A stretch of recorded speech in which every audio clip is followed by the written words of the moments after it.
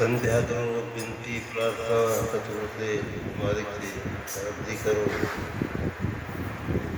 तो वही सुमरन से काम होंगे। असली बात तो आई है, संसार एक परंपरा और चला रखी है। बत्ती दिया बत्ती क्रम संध्या उठे और निकले नौकर है बाहर मुखी संध्या, बाहर मुखी आरती, बाहर मुखी बातें, वो सब नासवान है, अविनाशी नहीं है। वह लौकिक संसारिक और सत्संगियों के लिए, सत्संग के लिए जो सत्य है, सत्य है, वो घट के भीतर की बात है। बाहर वाली बात तो एक विनती प्रार्थना गाने की बात है, ऐसे सुनाने के लिए सभी को, और जो कुछ भी है वो सब घट के भीतर का अभ्यास है। अब ये संध्या आरती जो कुछ बताई गई है तो सारी घट के भीतर की बात बताई गई है। संध्या आरती सुमरन सोही, बिना सुमरे बिना मुक्ति ना होई। अब सुमरन करेगा तो बाहरमुखी तो कोई नहीं, मन से करना है, जीभ से बोलना नहीं, होंठ हिलानी नहीं। अब जीभ से बोलेंगे, होंठ हिलाएंगे तो बाहर सुनेगा, लेकिन बाहर वाली बात नहीं है, मन से सुमरन करना है। तो संध्या करनी है, आरती करनी है, विनती प्रार्थना अपने इष्ट से, अपने मालिक से, अपने धनी से, सतगुरु से करनी है प्रार्थना। वो श्वास श्वास में नाम का सुमरन, तो सतगुरु ने नाम रखा है, वो श्वास श्वास में सुमरन करना है, बिना होठ हिलाए, बिना जीभ के बोले, मन मन में करना है। जो नाम का सुमरन एक सांस के साथ मन में गया, वो सतगुरु खजाने में लाल के हीरे द्वारा के रूप में दाखिल हुआ। जो सांस खादी का बिना नाम के, वो काल कदम में।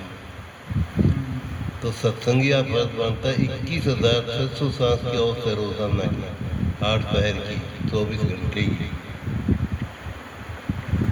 21,600 लाल सतगुरु खजाने में दाखिल करवावे। तो काल से निर्भय कोई भय निकालता सत्संगी हो। लेकिन 21,600 बार नाम का सुमरन बहुत कठिन है, तो नहीं हो पाता।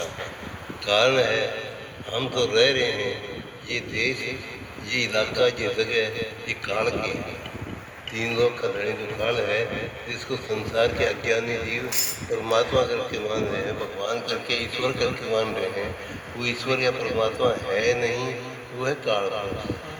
काल पुरुष की रचना है, एक ही काल पुरुष का है। इस काल पुरुष की संध्या आरती करते हैं, इसी की बड़ी मानते हैं, लेकिन ये नासवान है, अविनाशी नहीं है। अविनाशी जो आरती है वो बिना होठ हिलाए, बिना कंठ कराए अपने आप चालू रहे मन में। होठ नहीं हाले, कंठ नहीं ताले, जीभ का नहीं काम भाई, सहज ही सुमिरन होत है, इस विधि होकर कल्याण है। आत्मा का कल्याण, आत्मा का भला इस विधि से होगा, न तो होठ हिलाने पड़ते, न जीभ से बोलना पड़ता। वो बिना जीभ के बोले, बिना बाहर सुनाए, मन में नाम का सुन चलेगा, वो कामयाब है, वो सफल है। वो सतगुरु खजाने में लाल हीरे द्वारा के रूप में दाखिल होगा। 2 सांस 21,600 में से खाली जाते हैं, वो तो काल के रूप में गए।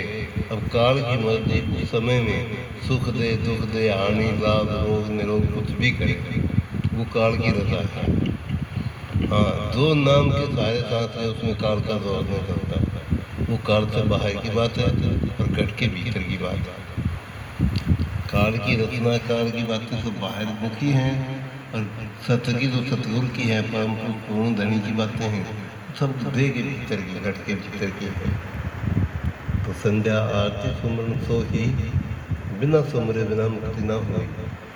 तो सुमरन किए बिना मुक्ति का रास्ता नहीं है।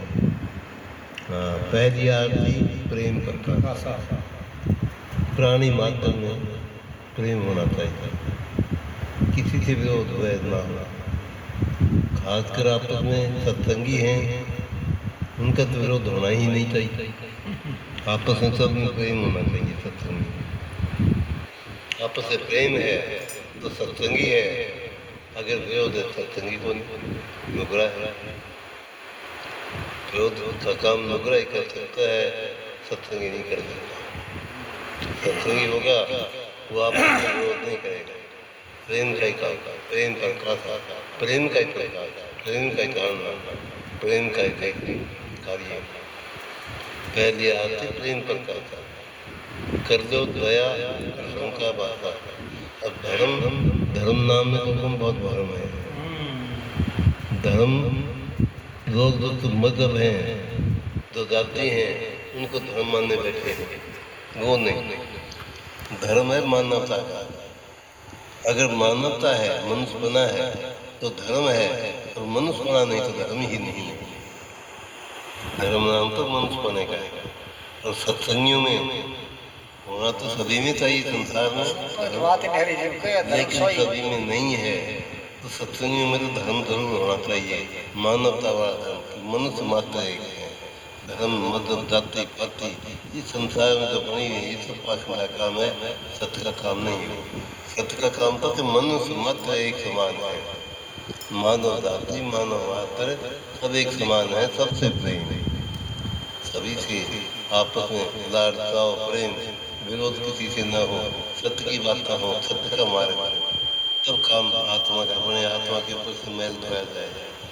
पहली आरती प्रेम का था, कर लो दया धर्म का वासा। दया होनी चाहिए, सभी आपस में प्रेम होना चाहिए, तो ही धर्म है। दूसरी आरती देही मही देवा। ये पत्थर वाली मूर्तियाँ बाहर मंदिरों में खड़ी कर रखी हैं, ये कोई देवता नहीं, ये बकवास है, ये सत्य नहीं है, ये पाखंड है। देही के भीतर जो है ना सत्य, सतगुरु दया है, वही वो सत्य है, वो सत्य है। शब्द कहो, सतगुरु कहो, नाम कहो, एक ही बात है। नाम है वही शब्द है, शब्द है वही सतगुरु है, और सतगुरु ही नाम है। दूसरी आती देही माही देवा। हमारा इष्ट, हमारा मालिक, हमारा धनी, हमारा देवता वो हमारे घर के भीतर, देह के भीतर है। कर दो साथ संगत की सेवा, कर दो सतगुरु अपने की सेवा। सतगुरु की सेवा साथ संगत की सेवा है, और साथ संगत की सेवा जो है वो सतगुरु की सेवा है। एक ही बात है, सब की सेवा है। तीसरी आरती त्रिगुण ऊपर सोच है।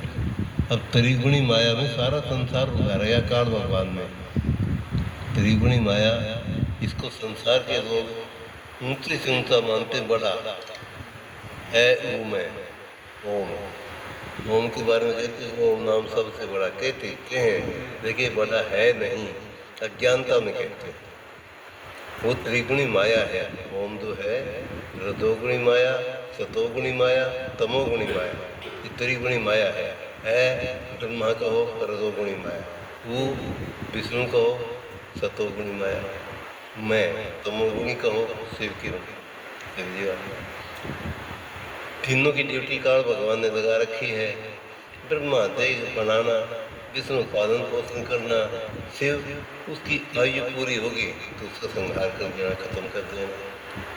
वही तीनों का एक एक का तीन, एक की तीन वही है। ओम कहो, ब्रह्मा विष्णु शिव कहो, रजोगुणी माया, सतोगुणी माया, तमोगुणी माया कहो, है वो त्रिगुणी माया। लेकिन तीसरी आरती त्रिगुण ऊपर सूर्य, त्रिगुण से आगे जाए, त्रिगुणी माया में बुद्धि न रहे, त्रिगुण से भी आगे जाए। तीसरी आरती त्रिगुण ऊपर सूर्य, चेला ज्ञान गुरु से बुझे। जो शिष्य है सतगुरु से ही अपना ज्ञान, सत्य का ज्ञान देगा, और कहीं से नहीं मिल सकता होगा। सतगुरु से सत्य का रास्ता प्राप्त होगा। गुरुमुख ज्ञान अगोचर बुद्ध है, यानी जितना ज्ञान हो गया, जानकारी होगी वो तो हो गई, तो उससे आगे की और भी बूझेगा। जो गुरुमुख है, सतगुरु प्यारा है, सतगुरु को हर वक्त याद रखता है, 24 घंटे में श्वास श्वास में याद रखता है, नाम का सुन श्वास श्वास में करता है, वही गुरु का प्यारा है, वही गुरुमुख है। तो वो अगोचर आगे से आगे ज्ञान बूझेगा, ऊंची से ऊंची मंजिल का ज्ञान को प्राप्त करना चाहेगा। गुरुमुख ज्ञान अगोचर बूझ है। चौथी आरती चौथे घर से आए। अब चौथी आरती के चौथा घर, तीन लोग त्रिलोक की आराध काल का है, तीन लोग काल के हैं। काल निरंजन का हो, उसको भगवान के दो।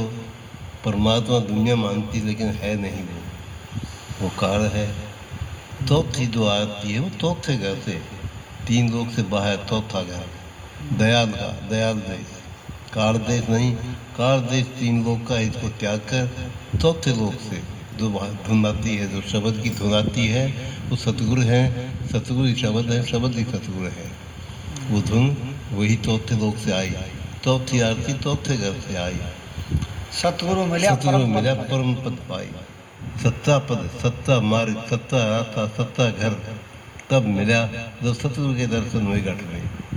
सतगुरु मिले तो परम पद पाए। परम पद तभी मिला जब आत्मा के ऊपर से कर्मों का मैल, जुगों जुगों का, रोजाना का चिंतित प्रारब्ध क्रियमान, जिनमें शुभ अशुभ सभी प्रकार के कर्म हैं, वो सारे के सारे आत्मा के ऊपर से साफ हो जाएं।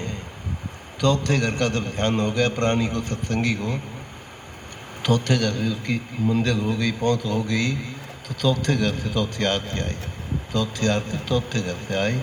सतगुरु मिला, परम पद पाई। तो परम पद मिला कि वहाँ के गए बौड़ नहीं आना तीन लोग में।